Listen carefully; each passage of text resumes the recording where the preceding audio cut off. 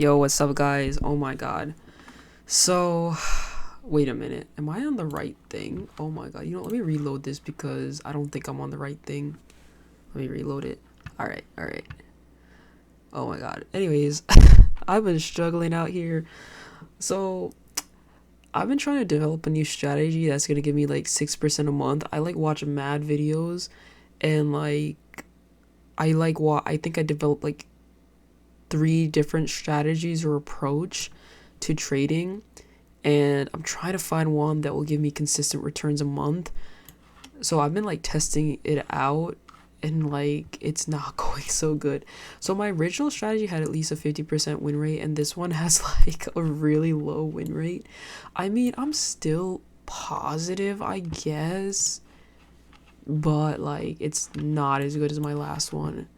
So we're just gonna like quickly go through. I'm gonna show you what I was doing first. So I'm gonna go through my first strategy, right? Actually, you know what? I'm gonna actually make a new session because I don't want to really touch that one right now. So oops, too much. YouTube test. And then we'll trade NASDAQ and S&P, and we'll do also something that I found out. We'll do 2021. We'll do April. We'll do 18th, and we'll do like 3 months. One thing I found out is at the beginning of the months, like the beginning of any month, sucks. It really sucks. You get like some weird, janky price action. It's better to like trade during the middle of the month. Anyways, so I'm gonna show you three different strategies, and I'm gonna name all of them, and I'm gonna show you what I've been doing. My most recent strategy has a shitty win rate. I'm trying to figure it out, man. I'm really trying, but I'm not gonna keep yapping and let's just get into it. So my original strategy is primarily based on the market maker model, ICT market maker model, and this is essentially just like bouncing off a fair value gap, and basically just trading in the direction, whatever direction you are, bullish, bearish, or whatever. So all right, so clearly this is looking super bullish. It's really obvious. Really obvious. That just reminded me of the K-pop Demon Hunter song. A demon with no feelings doesn't deserve to live. It's so obvious. Anyways, so we're kind of in this range right now. I want to see us break out of it, this range. I actually learned candle range theory as a part of one of my strategies, and I kind of been using it lately, but I'll get into that in a minute. Right now we're bullish, right? You don't even have to like pay attention to these candles here, the lines that I put here. We're just bullish, right? We had one green, you can clearly see it. We're in an uptrend. We have two this candle is green, this candle is green. We had one down day, so I'm expecting this to expand, but I just realized we have to change this. Okay, it's already in New York time. We're at 1 p.m. so we actually have to go to the next day. Yeah, so let's go to... All right, so you see what I'm talking about? We're in this range, this candle range here. It's not as relevant. I still want to see bullish prices. So again, you don't even have to really look at this. Just look at the trend. We're clearly bullish. We're clearly bullish. And the last 2 days have been green. I want to see this day green. So my original strategy just honestly relies on looking at bullish PD arrays. So I already determined from the daily chart that I'm bullish, right? So basically all I'm going to do is cycle down through the time frames and look for bullish PD arrays. So that's your fair value gaps. Are we respecting equilibrium? Like what, just those kind of things, but mostly fair value gaps. So we already have like a 4-hour fair value gap here. Very bullish, right? Very bullish. This is a lot of chop here, but don't worry. But you can also see on the 4-hour, we're kind of respecting bullish price action. Then we go down to the hourly. I really don't like how this area is looking. I'm not going to lie with you. I don't like how this looks at all, actually. I really don't like how this looks. I really don't like how this looks. Let's go for an hour. All right. So it looks like we're sweeping these out. So that's bullish. If we come down here, sweep this out, maybe tap into this 4-hour fair value gap, right? It's a 4-hour fair value gap. Let's see here. 4-hour fair value gap. But you know what? Actually, let's do this. I'm gonna write out everything that I'm doing so you guys can clearly see what the model is. So this is basically the market maker model, and essentially what I'm doing is oh crap, what the heck? Whoa, I don't know what just happened. Anyways, essentially what I'm doing, first thing I'm gonna do is determine my bias, right? And essentially I'm just gonna look at the daily chart. Are we going up? Are we going down? Right? And then I'm just gonna look for and how then going from there. So like, okay, fine, look at the daily chart. Look at the daily chart. Or is the daily chart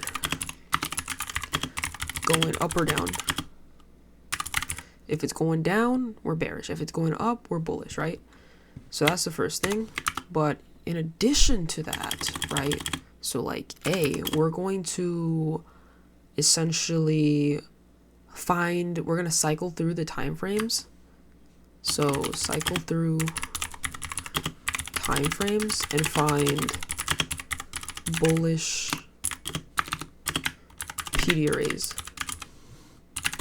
right? So that's the second thing, right? And then after we do that, then we're gonna settle on a time frame. I believe I like the 5-minute. For this model, I decided that the 5-minute is actually the best time frame to enter on. You can do the 1 minute, but the 1 minute's more tricky and you're more likely to get manipulated on the 1 minute. So what I found is that 5 minutes actually better for this model.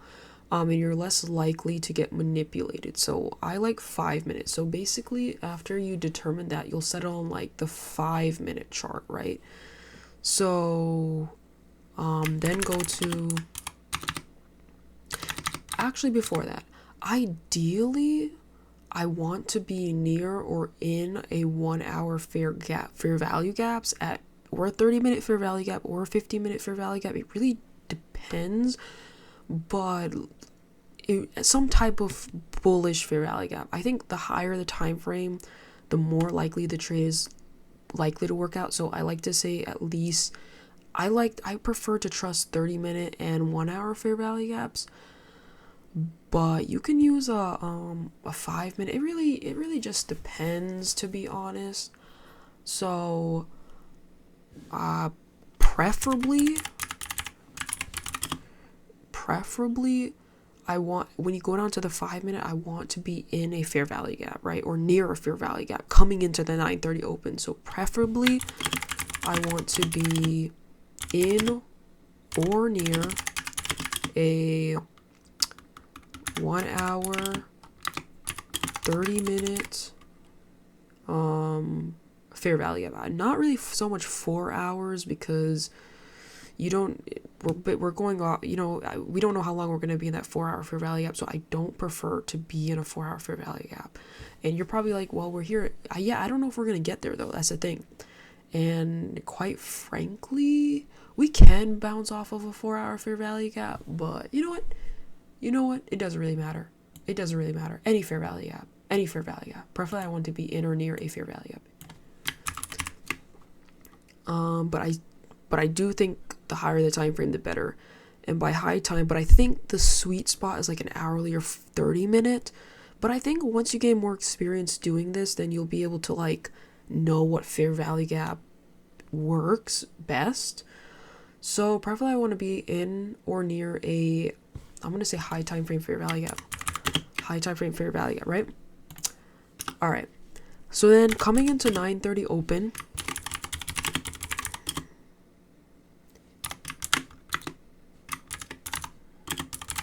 I want to look for an SMT or some type of manipulation. So for this model, I need to see some type of sweep. Ideally, I want to see some type of sweep. So a sweep is mandatory. Coming to 9:30 open, I want to see a sweep. or or a sweep or SMT or both, I guess, because you can have a sweep and an SMT in play at the same time. So a sweep and or SMT, because technically an SMT is a sweep, just done on the aligned indice. So for NASDAQ, that would be the S&P, right? S&P, right? Your ES, yeah, S&P. So that would be that.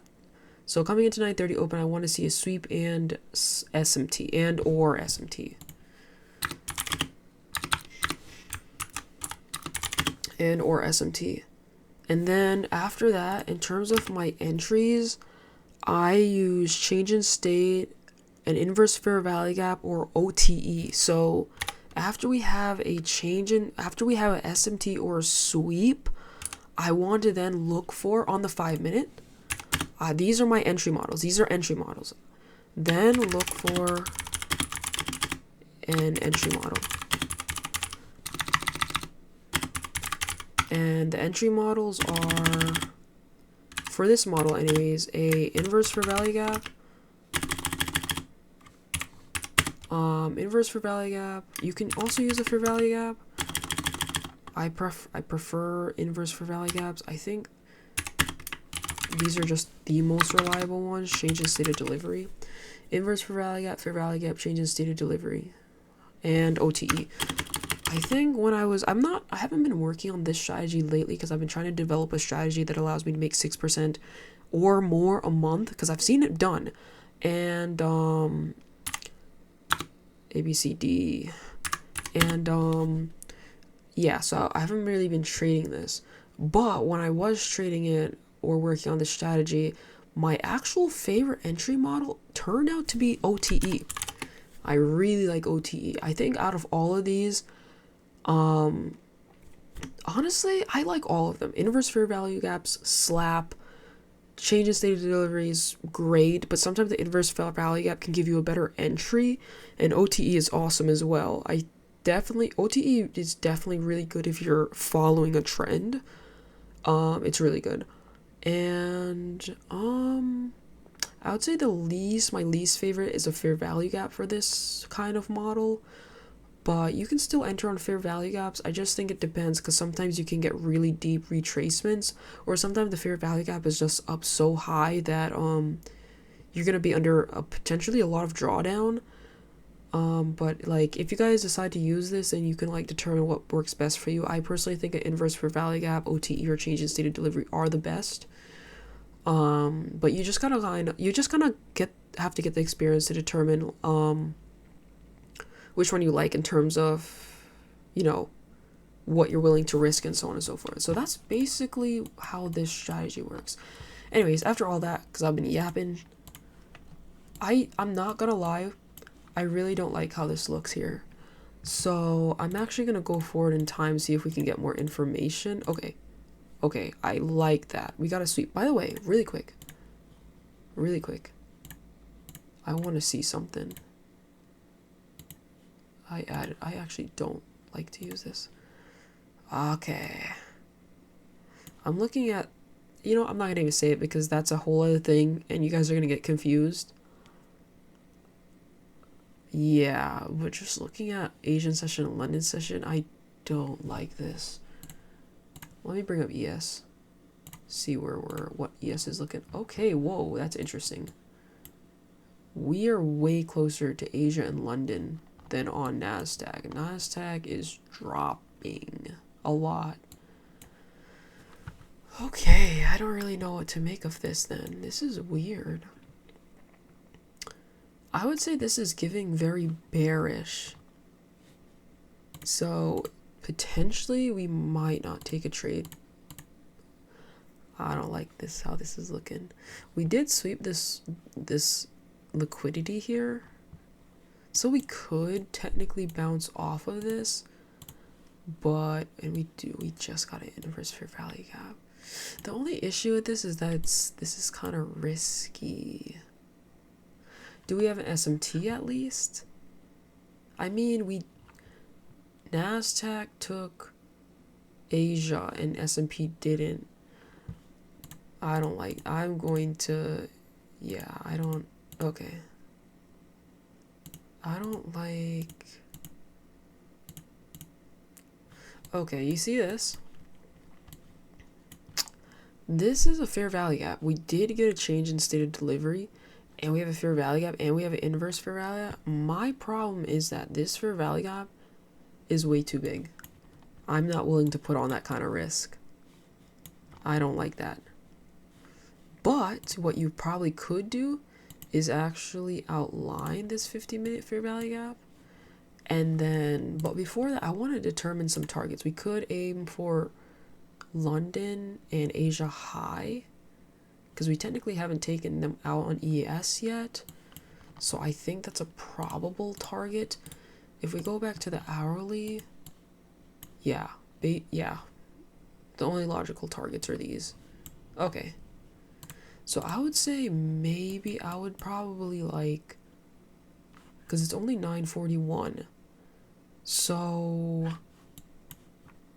I would probably say, let's go down to the 1 minute. We're up too high on this now.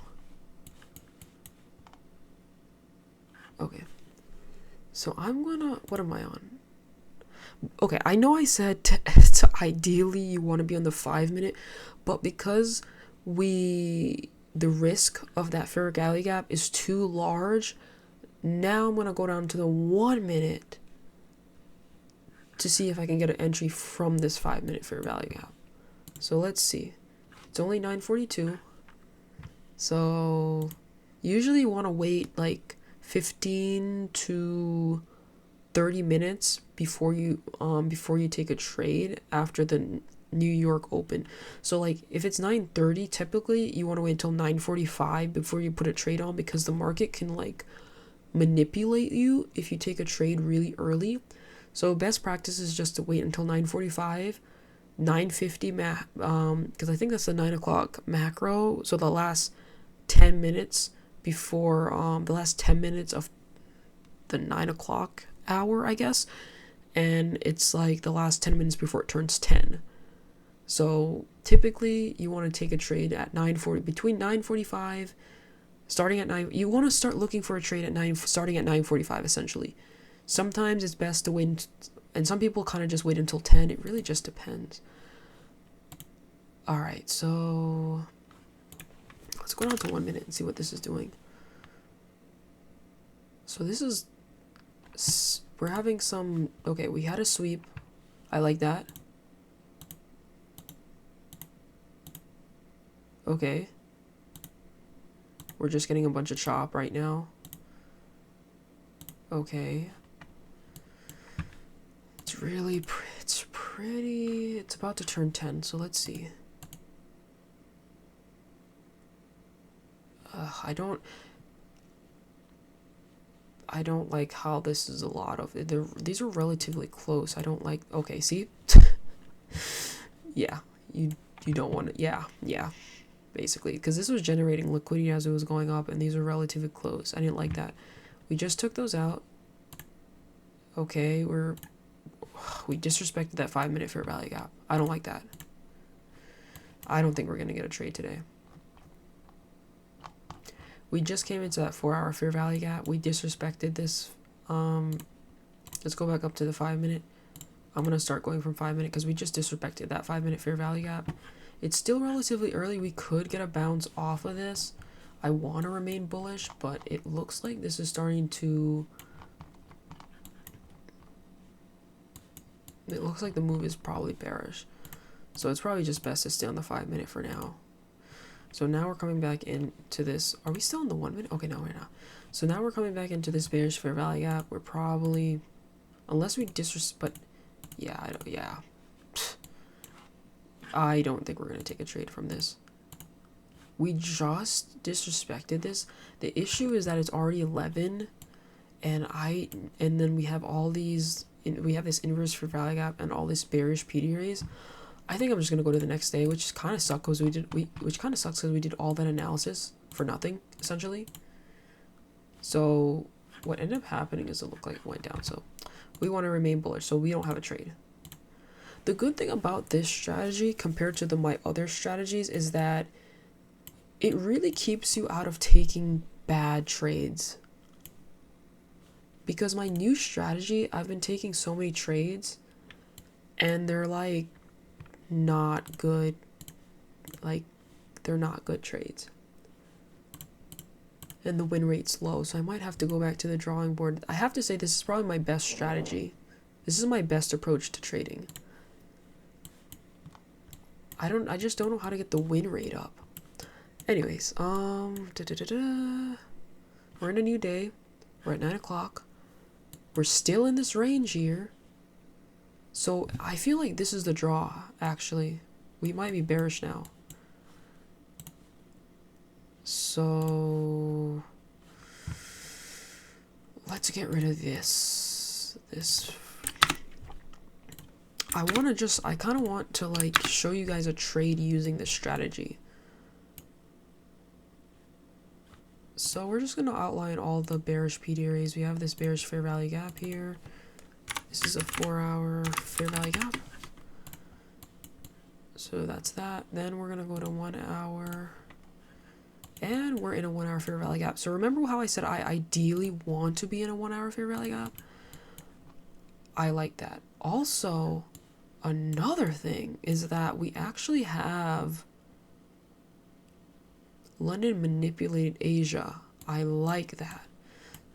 So because we manipulated Asia and we're going down, so this is basically, what I'm basically talking about is like daily profiles. I don't really want to muddle and bring things into this that don't need to be here, because daily profiles is something that I recently learned. When I was first using this strategy, I was just using the Asia and London session as targets, but I recently learned daily profiles, and I do think they're useful to know. And it can kind of act as a confluence to tell you what am I trying to say? What the move is probably going to be, right? So, okay, just to recap, I'm bearish. I'm bearish because based on candle range theory, we came back, we're basically in the range of this white candle. If you notice, we haven't closed the body above it or below it. So we're in this range. And after the last few days, we're clearly moving toward the end of this candle here. So I'm more bearish just off the daily chart, right? Then you go to the 4 hour. This is clearly a bearish trend, right? So that's so that was the candle range is first bearish confluence. The fair value gap is this bearish fair value gap's second bearish confluence. Now we have 4 hour fair value gaps, a bearish fair value gap. Now we're in a 1 hour bearish fair value gap. Like, come on. We're really bearish here. It's pretty obvious. So hopefully we'll get a trade off of this. All right. So that's really it. You can cycle down. I'm pretty sure there's a 30 minute fair value gap. You can, I don't really think it's as necessary. Because you see this, we have one here and one here. So it's probably best to keep the 1 hour fair value gap. So coming into this now, right? I want to see if we get some type of manipulation. And oh my gosh. Do you see this? These relative equal highs, they're just asking to be manipulated. I love it. I freaking love it. So, I think the draw is down here. If we're trying to look for more targets, I don't know if there is some. Yeah, so we have this low. So the draw is here, but our low resistance draw, our low hanging fruit would be this here. This is a 1 hour low. I'm just going to mark that with red. And we have this one here. So we have 3 draws on liquidity. This one. I don't know if it'll reach there today, but that's what I'm thinking. All right, so at this point I'm going down to the 5-minute. I want to see some type of manipulation. So these equal highs here is this. So I'm thinking that NASDAQ might not take this high and ES might, and then we can get a move lower is what I'm thinking. So let's go forward in time. Finally, I'm really hoping we can get a trade in on this. So we got a manipulation. NASDAQ hasn't taken it yet. I don't want, crap. Okay, NASDAQ took it. Didn't want to see. Oh, whoa. I like that. So if we can get maybe like an inverse for value gap, I'd be interested in entering now. Unfortunately, we don't have an SMT. So I'm gonna, shit. You see, I don't like that. Now I don't like that. I liked it, and then now I don't like it. One thing I will notice is that we're quickly approaching London high. I don't like this. I was bearish, not bullish.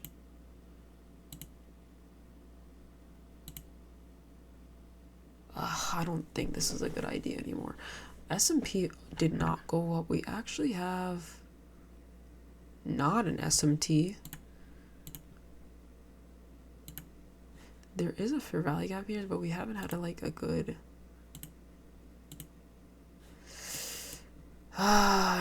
So we could use this as an order block. The issue is just that... What time is it? 10? It's really late.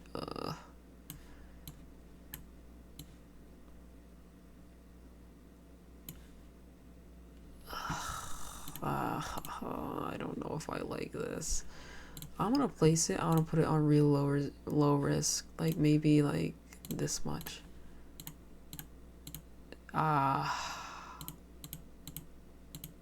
Okay, this is ridiculous. We missed it. But as you can see, the strategy does work. It's just unfortunate that there wasn't an entry. I mean, I think if you went down to 1 minute, you could have found an entry. The only issue with that is that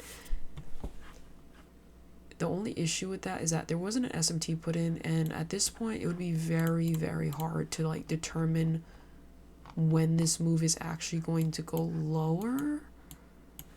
To be honest, now that I'm thinking about it, this is my best working strategy. I'm really wondering if there's a way to tweak this strategy to make it more profitable. We did not put an SMT in. So because we didn't put an SMT, there's no way I could have known whether to go down in time to look for an entry here. Unless... No, there's no way. We didn't even manipulate this high. There's no way we could have known. The only thing I can say is that we did respect this fair value gap from a 1 hour perspective, but there's no way on the lower time frame we could have known that this was where this manipulation, not even manipulation, but like down move was going to start, and it took out every single one of our objectives. It would be nice if we could have just wicked back up, interest, and then go down, but yeah, I'm not gonna lie, this is probably my most profitable strategy. How long are we into this video? Oh, not too bad. Only 28 minutes. Alright, so that's my most profitable strategy. I wish I could have shown you a win with it, but it is what it is. The only thing with this strategy, though, is that it's my most profitable, but I only end up taking maybe about between 5 and 7 trades a month, sometimes lower, which is what I don't like about it. But now that I'm thinking about it, since it's the most profitable strategy out of all the other ones I have, I'm wondering, you know what? Now that I'm thinking about it, wait a minute.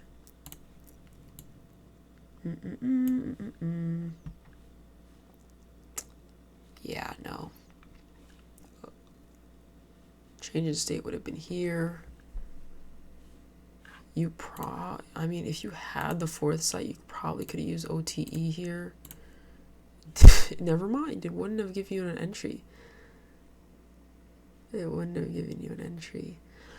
But you wouldn't have put OTE here anyways. Yeah, that's really unfortunate. Yeah, there's no way to enter this. No way. We couldn't have known unless we had a like SMT up here. There's no way we could have known that this was gonna go down. But because this is my most profitable strategy, I'm really starting to wonder if there's a way I can tweak it with all my other strategies to increase the win rate. Because this is a great strategy, it just doesn't give you that many trades a month. It just doesn't give you that like 6%. It's a 50% win rate though. Like 50 to I would say it's a 50% win rate. So I mean, if you increase your risk knowing that it's 50%, you probably could make a decent amount of money in the month. The only issue is I prefer to take more trades during the month than like 5 to 7 because we have 20 trading days in a month. So that's the only thing. Let's see. So the next strategy. Let's go through the next strategy. This one is honestly, you actually kind of already saw it. This one is called the flow state strategy. So this is mostly using CRT, which is candle range theory. I don't really pay too much attention. Okay. All I'm doing is using candle as ranges. And I'm not gonna say that I know this like candle range theory in depth. I only use maybe like the range theory, which is that we're in a range. We took out the high of this candle and then we closed back in. And then we closed, or you could, to be honest, I use this white candle, but you could actually even use this green candle. Because this green candle closed back within this candle here. And then we had a down candle. So it kind of shows, so we're like within a range. I wonder what's another good example. This is a good example. Actually, no, it's not. No, it's not. What's a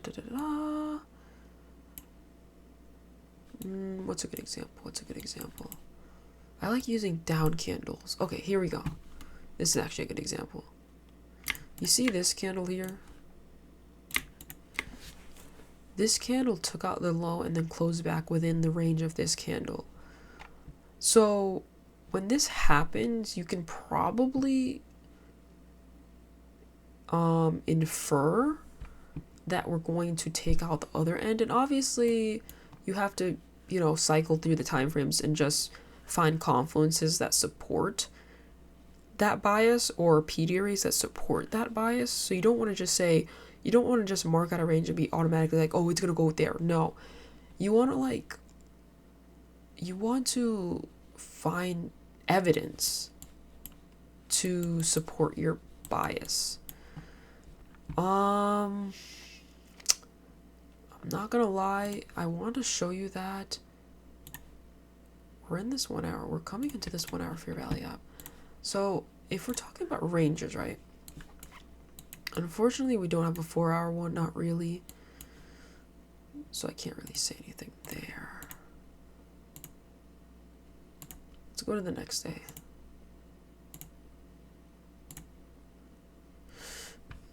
It's kind of weird how I said I wanted to show you a strategy with this one, but okay. Ooh. The issue is I can't use this candle because this candle hasn't closed yet. But if this candle were to close back inside this candle, I would then think we're going up here. Let's see here. Pretty bearish. We have this daily fair value gap. Not really. I want to say, wait. Okay. I want to be bullish, right? Just because we're in this daily fair value gap. Wait a minute. Wait a minute. Oh my gosh, it's a weekly fair value gap. Oh crap. Okay, it's a weekly fair value gap. Still relevant. We're in here now. But quite frankly, because on the 4 hour we haven't had any, like a change in state, I actually want to stay bearish. So I'm probably going to get rid of this. Actually, this equilibrium could be useful, but I'm going to get rid of it just for simplicity's sake. So we actually took out this range already, right? So I'm gonna actually delete this because we already like closed below it, so that doesn't matter anymore. So right now you're seeing that we're kind of coming down. It's not really clear what the bias is. Obviously we want to be overall bullish, but it's not clear what we're going to be doing today, right? Because we could go back up. However, if we go to so if the daily is not clear, just go to the 4 hour. So the 4 hour, right? The 4 hour is relatively bearish right now. We haven't had a 4 hour change in state. So the best thing to do when trying to determine your bias is if you look at the daily and we're clearly bearish, you want to stay bearish. If you look at the 4 hour and we're bearish, you want to stay bearish until we've had a high time frame change in state of delivery.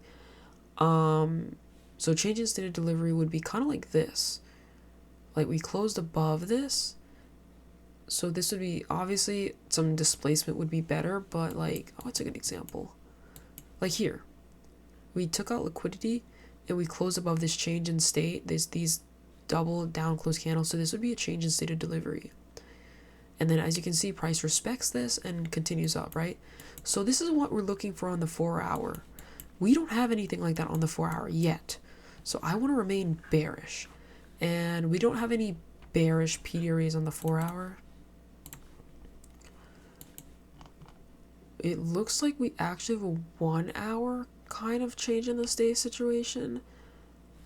So potentially we could actually be bullish. And you're just like, and you're probably thinking like, but you just said we're bearish. We are right now, but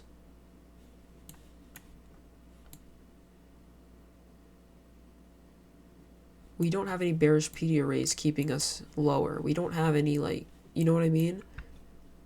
Ideally, I would want to find one on the 1 hour, but once again, because we have a change in state type of situation here, and we're kind of respecting it right now. And it's funny because it overlaps with this 30-minute fair value gap.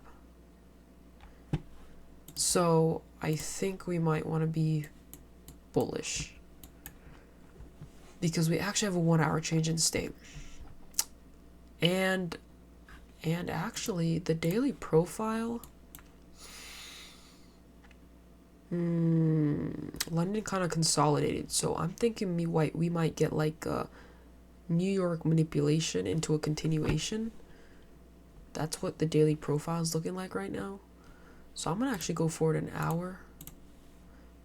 Yeah, so that's exactly what I thought was gonna happen. I want to see us continue to respect this 30-minute fair value gap. So I'm actually gonna go forward to 9:30.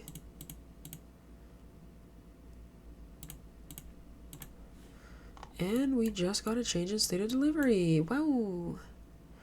The only issue is that it's really early. It's really early. And we don't have an SMT. It's really early. I don't know if I trust this, to be honest. I could, okay, here's the thing. You could take this. We have an inverse and a change in state of delivery. I'm going to take it. But this is really risky because the first couple minutes of New York can be like manipulation. But I will say that we are respecting this fair value gap right now. So if I were to target anything, it would be this high and this high. Probably wouldn't go any further than that. This would give me like nearly a 1 to 5. I'm not upset at that, actually. So could do that. The only thing is that we don't have an SMT. SMT would have been nice. And then one thing I don't like is that ES is looking kind of lethargic. Like, ES does not look like it wants to go up. But honestly, this is not even like my candle range theory. I don't really use candle range theory that much, but like when I notice it, it can be useful. So, you know, I'm not gonna even say it's a strategy. Honestly, I probably just have like 2 strategies, which is the market maker model and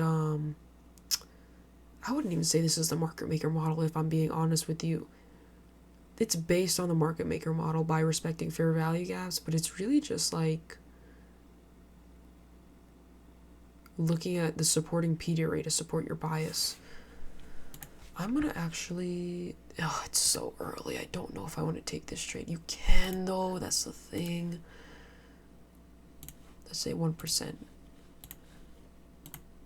Oh shoot, oh, let's just make this fast because I feel like, ooh, oh, that's exactly what I was talking about. Typically want to wait like, all right, because this might, oh my god, you see this? This might be the real move. I should have listened. This is why you follow your rules.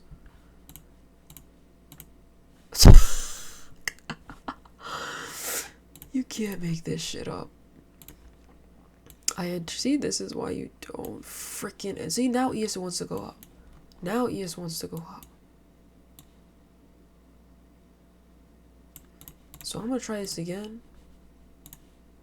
Next time, wait until 9:45. This is exactly why I say wait until 9:45.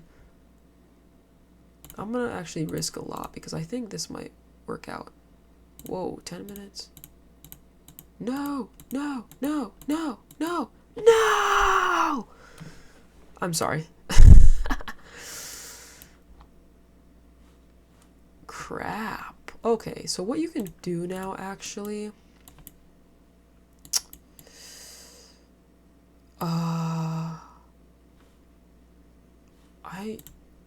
okay, what you can do now actually, potentially, this might be a bad idea because it just took the objective. It's 9. Okay, what you could possibly do is enter again on OTE.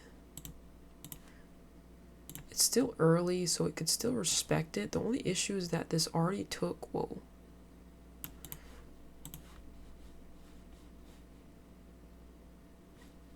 Let's have good habits here.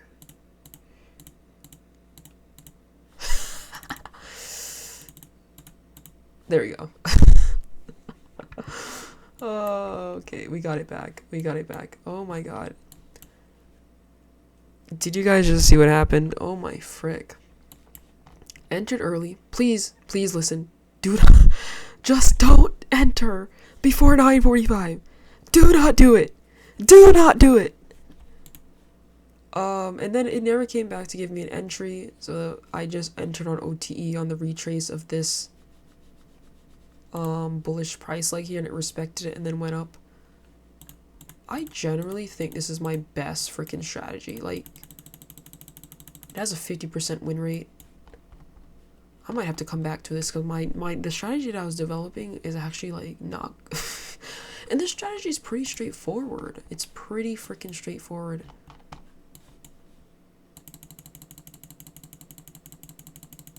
And then once it reaches your main objective, you can actually hold for these objectives here. It reaches, so this would be first TP, second TP, 3 TP, 4 TP. So it hits, it hits 2 TP, 3 TP, and this would be like best case scenario. And, oh, it's the next day now. It does not hit it. Damn, this strategy is my best strategy. Shit.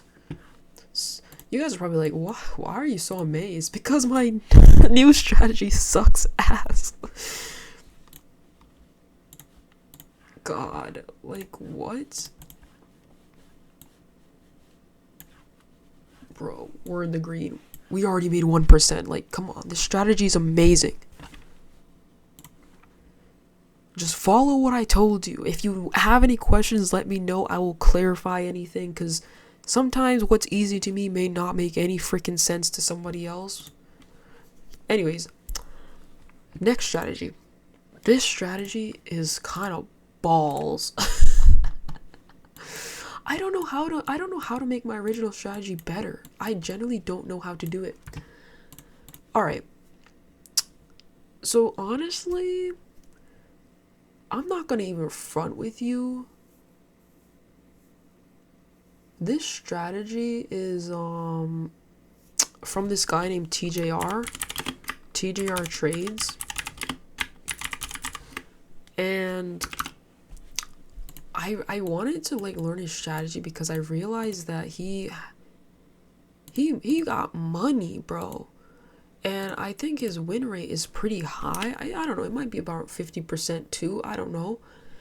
But I feel like whenever I see his like TradeZella calendar, he has like mostly all wins throughout the month. So I was like, okay, he's probably making at least 6% a month probably, so I'm gonna try and use this strategy. And this man's always making money. But like, I don't know, man. His strategy just don't really work for me. I don't know. So I'm starting to think maybe I should just adapt my original strategy and just make it better. But I don't know. I might have to play around with that. I don't know. But anyways, so this is how it works. So you're going to determine your bias, right? So you're going to determine your bias, your daily bias. And how you do this is that you basically, same thing, you kind of just look at the daily chart. Are we bullish? Are we bearish? I'm going to say we're bullish, right? I'm going to say we're bullish. You know what maybe the issue is with my new strategy? Maybe I'm not applying the same way of looking at the market that I do with my original strategy. I don't know. I don't know. My original strategy is nice. I don't know. Anyways, I'm just thinking, guys. I'm just trying to become a profitable trader that makes like 6% or more a month. But anyways, for the TGR strategy, you're going to find the daily bias. Same thing we kind of did with the other strategy. We're just going to determine whether we're bullish or bearish. Just looking at the daily chart right here, I would say we're bullish. We had an update. We closed, we went below this candle, closed back within. So the bias is at least up here, this candle here. But I think ultimately the draw is this high here. So daily buy. So I kind of just, okay, how to determine the daily buy? I kind of just look at the daily chart. I'm like, are we bullish or bearish? Are we expecting bullish order flow? Are we expecting bearish order flow? Are we expecting bullish PDRAs? Are we respecting bearish PDRAs, right? So I should probably say one actually. So A, are we in a uptrend or a downtrend? Then I know it's cut off. So are we in a uptrend or are we in a downtrend? Then B. Oops. Then B. Are we respecting bullish PDRAs or are we respecting bearish PDRAs? Respecting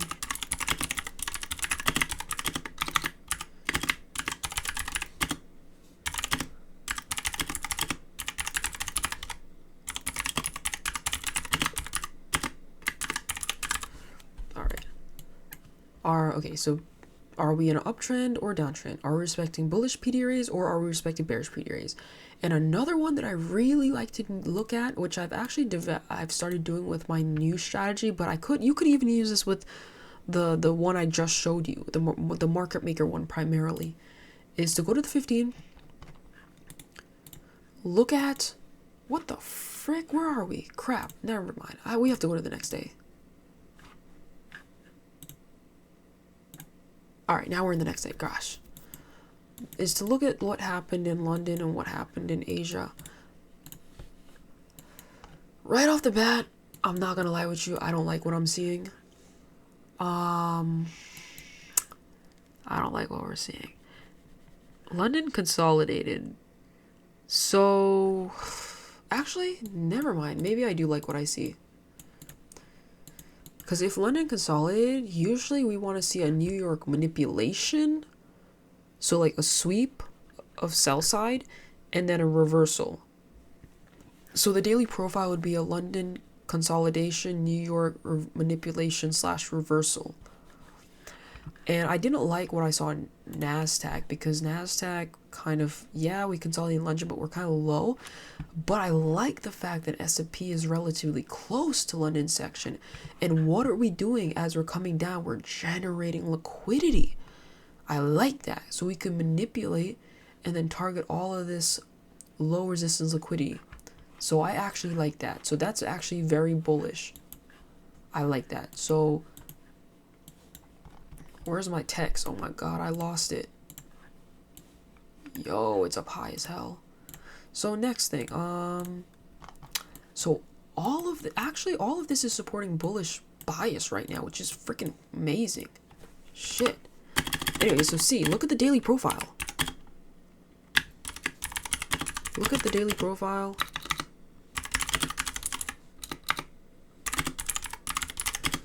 Profile, is it bullish or is it bearish?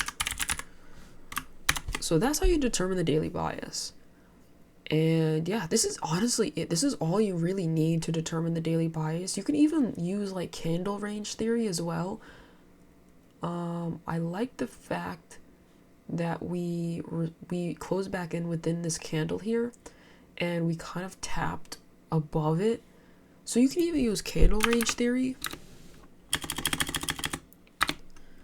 So see, use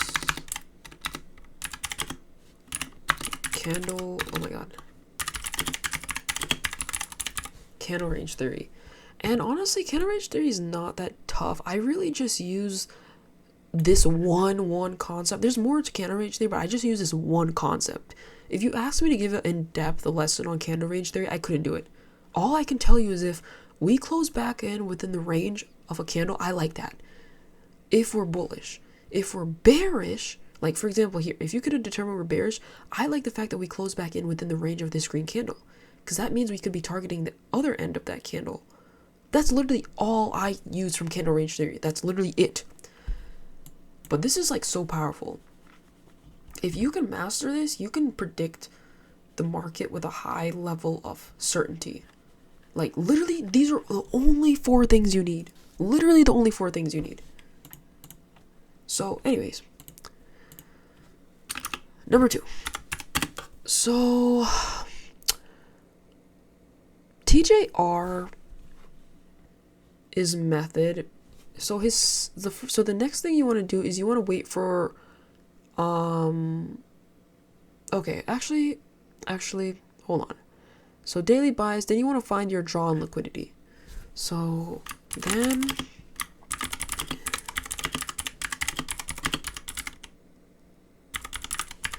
you want to find your draw on liquidity, and your draw on liquidity is basically going to be 1 hour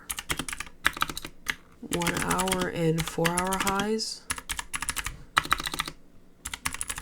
and you want to find session, and then you're going to also use session highs and lows. That's actually and session highs and lows, and you're going to use fair value gaps.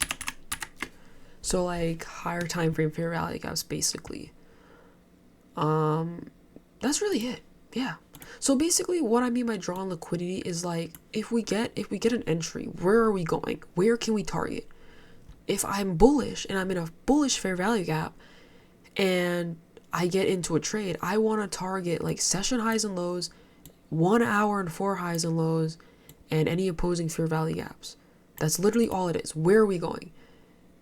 You know what I mean? That's the second thing you need to determine. And I kind of do a lot of this intuitively. And you guys are probably like, oh crap, this seems like a lot more than the first one. Honestly, I would say this strategy is kind of a mixture of TJR, for me anyways. The only thing that I added to this strategy is that I still incorporate fair value gaps. Like, for example, in his drawn liquidity, he doesn't use fair value gaps, or at least that's what I've noticed from what he said in his videos. He only uses session highs and lows of 1 hour highs and lows, but I realized that that wasn't really working for me. So I started incorporating fair value gaps again. And I prefer it. So for 3 minutes, wait, 3 minutes, what am I talking about? For the third rule, okay. So the next thing we're going to do is we're going to wait for a level to be hit. So these can be like your 1 hour highs and lows. So like if you're bullish, if we have 1 hour or 4 hour lows below us, you want to wait for one of those to be hit. Or if we have a fair value gap, you want to wait for that to be hit.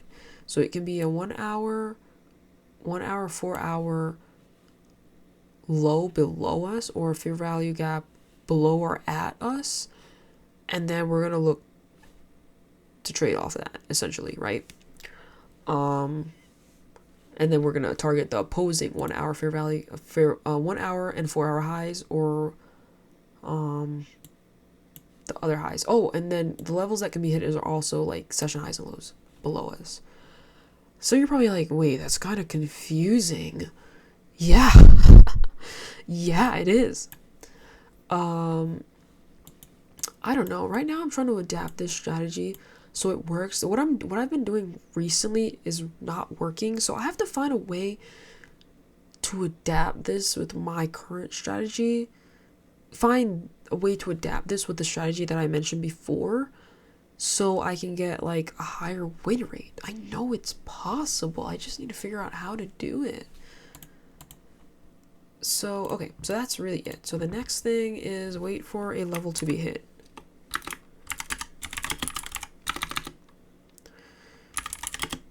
But I really don't like this rule. This is what he said in his video, but I really don't like this rule.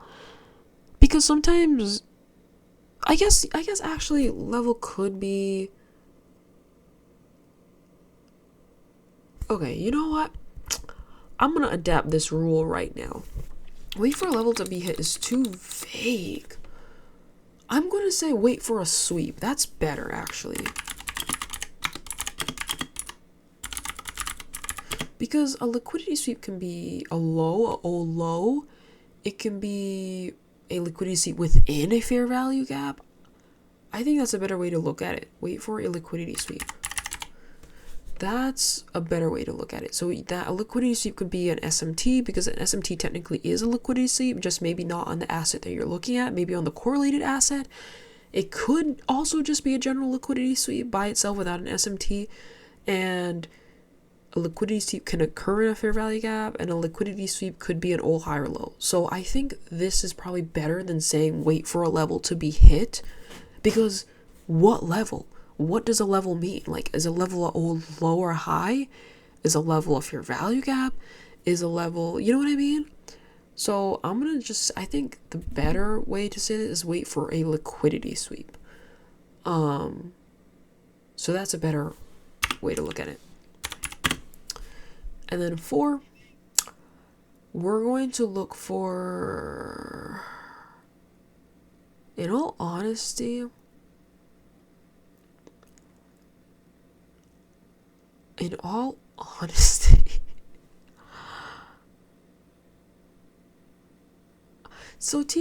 the next rule is basically like look for low time frame reversal. So that would be your change in state of delivery, a market structure shift, an inverse fair value gap.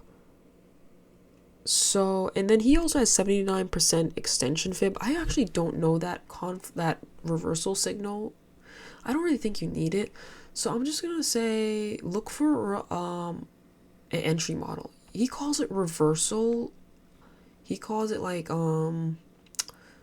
low time frame reversal. In all honesty, I'm just gonna call it an entry model. So after the liquidity sweep, then you're looking for a way to enter. So I'm gonna say look for an entry model.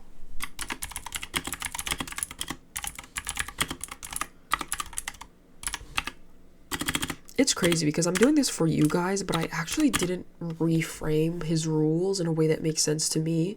And I feel like this is going to make sense for a lot more people than the way he originally had it, because in some ways, the way he has it is kind of vague. The only thing I will say about his entry model is that sometimes he can get, his stops are very tight. I don't know how he does it. But look for an entry model that this can be an inverse fair value gap. This can be a change in state of delivery. This can be a break of structure. And I feel like I'm missing one. No, that's really it. Inverse fair value gap. Oh, and a fair value gap, yeah. So you guys are probably like, this seems very similar to your old model. In all honesty, it kind of is. It really is kind of similar, isn't it? I don't know. I just need a... It is kind of similar. And then 5, let's see. 5 is basically... Look for a low time from continuation confluence. That's what he... Excuse me. That's what he says. I don't know if this part is necessary.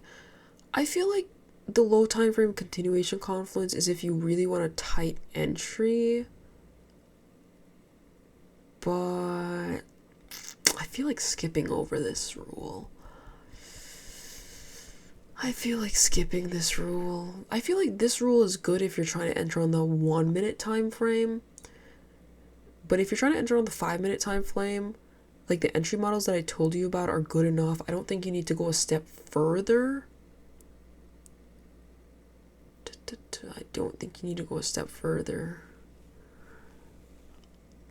I feel like this might confuse you. So I might skip this part. I don't think it's necessary.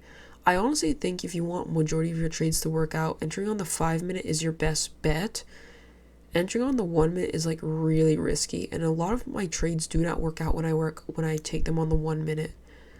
So yeah, so 5 is just enter, and then 6 is just target. Actually, never mind.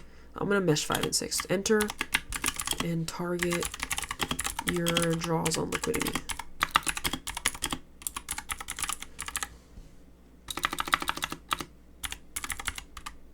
Liquidity.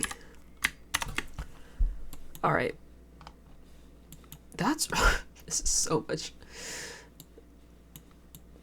To be honest, I feel like this is his strategy, but with my twist on it. But it's really interesting because after going through my original strategy and now this strategy, I feel like I'm starting to understand a better way to adapt it, but I could be wrong. I don't know, guys. Oh god, this is so big.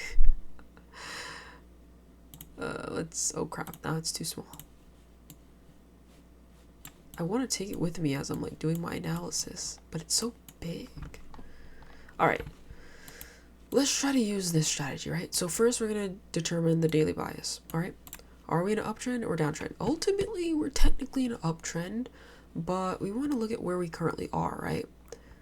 I would say we're more bullish, and you're probably like, well, why are we more bullish? Because we just went down, and how come we know we're not going to continue down? Well, you could look at the weekly, and you could be like, we're in a weekly fair value gap, and we rejected off of it. We're going up. That's kind of bullish, right? And then, whoa. And then also, if you take into account candle range theory, once again, we close back within this candle, and we're kind of moving towards here. What's the closest area that we are based on taking into account candle range theory and our closest draw on liquidity? It would be here.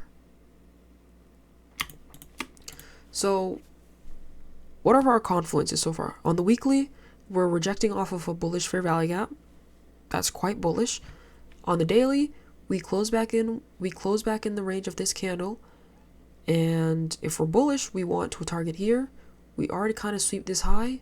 You want to go higher. I would say that's kind of bullish, so that's 2, right? 4 hour. Whoa, text gone.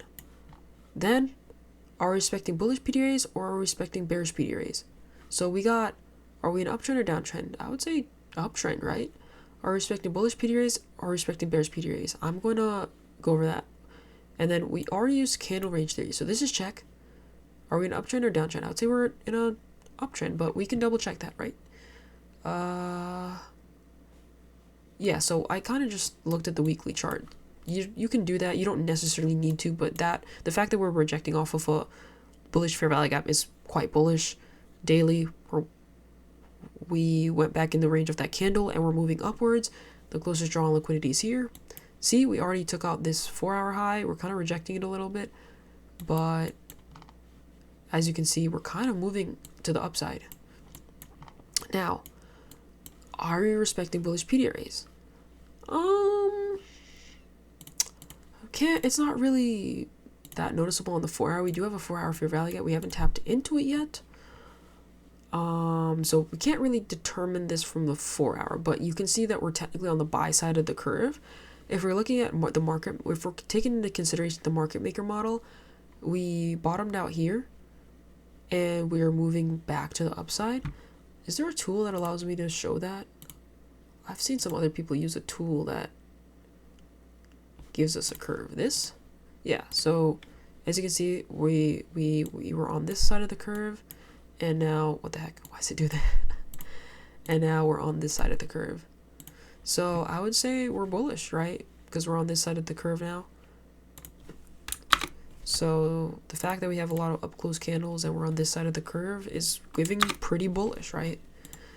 Can't really determine whether we're respecting bullish PDRAs yet, but I would say we are. So then we go on to the 1-hour. This is quite annoying. I wish this had dynamic sizing, because like it's like getting lost. All right. So now this is where things get a little bit weird, because we're not, okay, actually, this.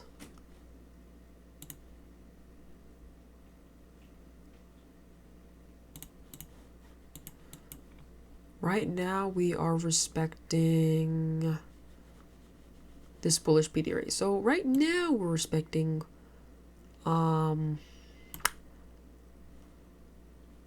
this 1-hour fair value gap.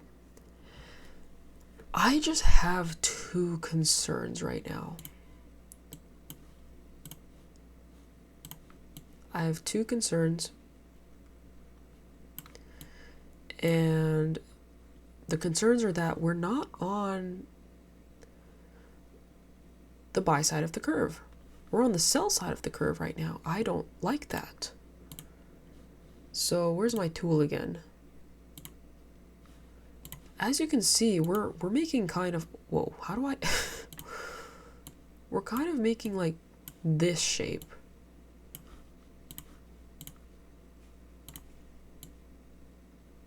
I don't like that. I want to see a V shape. And then not only that, if we're looking at the, what do you call it? If we're looking at the daily profile, we're seeing that we are still technically near London on New York, and we did consolidate. I want to see a reversal out of this. It's just kind of concerning that we have a upside down U shape here. So this might be something to look out for. So I am still bullish. I'm just concerned a little bit about us revisiting back this fair value gap. We came out of it and then we're back in it. I don't really like, I mean, it's not necessarily a bad thing. I just don't like that we're under London already coming into the New York session. I like that we're near it on S&P, but I don't like that we're under it on NASDAQ. So this is a little bit concerning.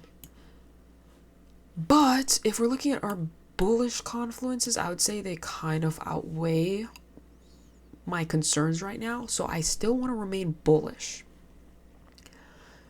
So we've determined that our bias is bullish, right? Okay, great. So now we're just going to see, you see what I'm talking about? We created a high here. But it's probably because we took this high out. Oh no. Now I'm concerned. Because we took this high and we closed back in within the range of this candle and we're coming back down, do we want to actually continue down? Ooh, see, this is the thing with trading. You come up with a bias and then you're just like, then you come up with things that oppose said bias. I'm not gonna lie, I don't like the fact that we inverse this. The fact that I'm having conflicting confluences is not good. I guess I'll just have to see. So when you have this happen, what you could do is just wait until New York and see what happens. I ideally want to remain bullish, but I don't like the fact that we upside down U'd this. Not only that, we're actually in this bearish fair value gap. We took out these highs, so it's a logical reason to expect that we might want to retrace, right? And retrace to where? Well, we could come back into this and respect it, or we can bust through it and come down to this 4-hour fair value gap and then go higher. Because we are technically on the buy side of the curve for the 4-hour. So it's not impossible that we could come back down here, because this is actually equilibrium. This would overlap with equilibrium right here with this fair value gap. So it's definitely possible.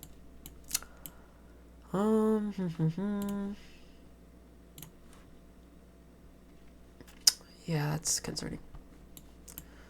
Definitely a weird day. By the way, already, this is not how TGR would do this. But I feel like my approach is a little bit more comprehensive. And I feel like it's pretty straightforward. So then you would find your drawn liquidity, 1-hour highs. Okay, so let's just do that. But I'm not gonna lie with you. I'm gonna have to see a strong rejection for me to be bullish on this. Because I don't like what I'm seeing here. But that's why we wait for liquidity sweep. You know what? I feel like I'm missing something here. Find your drawn liquidity, wait for a liquidity sweep, look for entry model. I feel like I should also teach you guys about confluences. So when I say confluences, everything that I've been like weighing, like for example, the fact that we bounced off a bullish fair value gap, that's one confluence, right? Second confluence, we closed back in within that candle range on the daily. That's another confluence. Another confluence could be our daily profile. Another confluence could be the fact that we're in a bullish fair value gap. It could be an SMT. It could be a sweep of structure. It could be having draws on liquidities above us. These are confluences, and you kind of want to tally those. If the more you have, the better. The more you have, the better. Why do I keep grabbing that? So anyways, what's next? Then find your drawn liquidity. Yeah, so let's do that. I keep saying we're doing that, and then I start yapping. So we're just gonna draw out our 1-hour highs.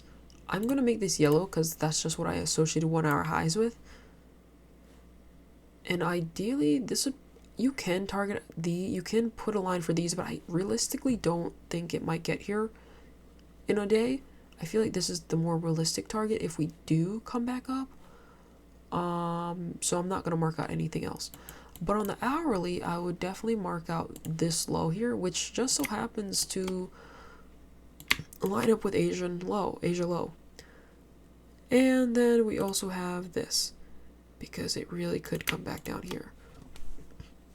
And you're probably like, that's not a low. Yes, it is. Yes, it's a low. If you want me to clarify, I can make a video on this, but... And that's really it. We could also do 4-hour highs, but there's nothing close by, so irrelevant. So we have a draw on liquidity. So if we're bullish, ideally we would want to target here. You could probably go a little bit beyond it, but I wouldn't go too much, because it could just tap this and then reverse immediately. So, and honestly, I'd probably recommend putting your take profit a little bit before this level as well. All right. After all that analysis, let's finally get into it. So right now, what am I looking at coming into New York? I'm bullish. I want to see crap, where did our text go? So coming into London, what do I need to see to put a trade on? I need to see some form of manipulation. I need to see some form of manipulation. I need to see an entry model, and then I need to see an entry model. So liquidity sweep is the first thing. This is the first thing. I want to see a liquidity sweep. Then I want to see an entry model. Inverse fair value gap, a change in state of delivery, a break of structure, or a fair value gap. So let's see. Do we get our sweep? That's the first thing. Do we get our sweep? We are not anywhere near. Oh crap, we're not any. Oh, okay. Irrelevant. Don't even look at that. You're probably like, change the state, change this. No, do not look at that. We're not even at the 9:30 open. Irrelevant. All right, 1 minute to open. So you want to see a sweeper structure. And a sweeper structure could be, well, a sweeper structure, or it can be an SMT. Because an SMT technically is a sweeper structure, just maybe not in the asset that you're looking at. All right.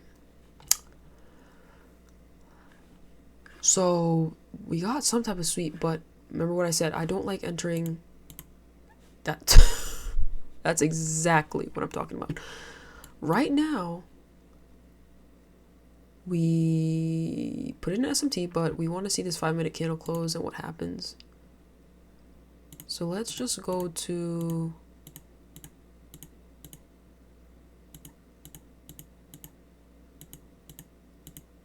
see, this is exactly what I was talking about. We're coming down into this 4-hour fair value gap, so we're disrespecting this fair value gap. But it's fine, because we could come down here and then go up from here. But actually, we're kind of well, let's see. Okay, we're at 950 now, right? We're at 950. We don't have anything. We didn't come into here. We're still respecting this fair value yet. We don't have a shifted structure. Okay. We still don't have anything, and we're coming into 10 o'clock. It's 10 o'clock. Okay. Alright, let's see here. It's 10 o'clock now. We still don't really have anything. There's a tiny fair value gap. We could inverse that. What else am I looking at? I want a break of, we could also get a break of structure if we're intending to go higher. So a break of structure would be this here.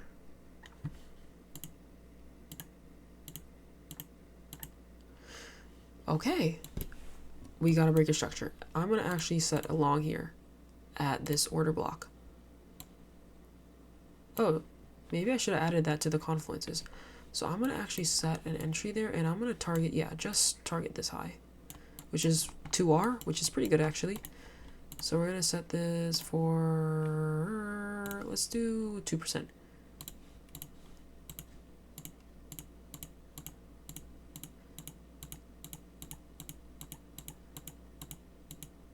Move to break even. I want to see that hit. I want to see, and come on, give it to us, please.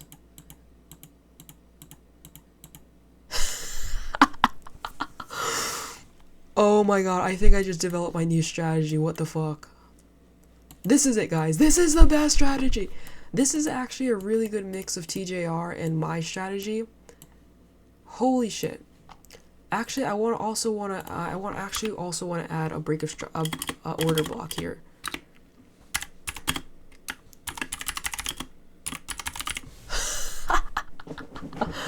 What the frick? We just made 2%. What the hell? We have back-to-back wins. What? Bro. Guys, bro. Just use this strategy. Holy shit. Just use this strategy. This is the strategy. Yo, this is the strategy. Shit. I think I'm gonna do another video where I just back test this strategy like for maybe like a week or a month, and we can see what the hit rate is. Holy shit, I think I just solved my problem. Mixing TJR strategy with the market maker model in my analysis is the best strategy. Holy shit. I'm gonna actually take a picture of this because I wrote this out for you guys, but like this is actually an articulation of my first thing I showed you and then TJR's model. But as you see, they're kind of similar. I think I just solved the problem that I've been having. And it's all thanks to you guys. Yes. Yes. Yes. This is amazing. All right, you know what? I'm gonna end this here. We're gonna end this on a good note. I'm happy. You're happy. You just got some sauce. You just learned something new, or at least I hope you did. Yeah. Bros, I'm gonna test this out. Let's see if we can get to 6% or higher. Anyways, y'all have a great day. Stay tuned for the next one. Stay tuned for the gems. Let me know what you want to see. Don't forget to like and subscribe, and I'll see you in the next one. We should probably come up with something like a saying, like PewDiePie said, and like bro fist, right? We should come up with something like TT trades or TT fist or TT something. I don't know. You can tell I'm too happy. Anyways, I hope you enjoyed this. I hope you learned something. Let me know if you have any questions. Let me know if you want me to cover anything. And yeah, I'll see you in the next one.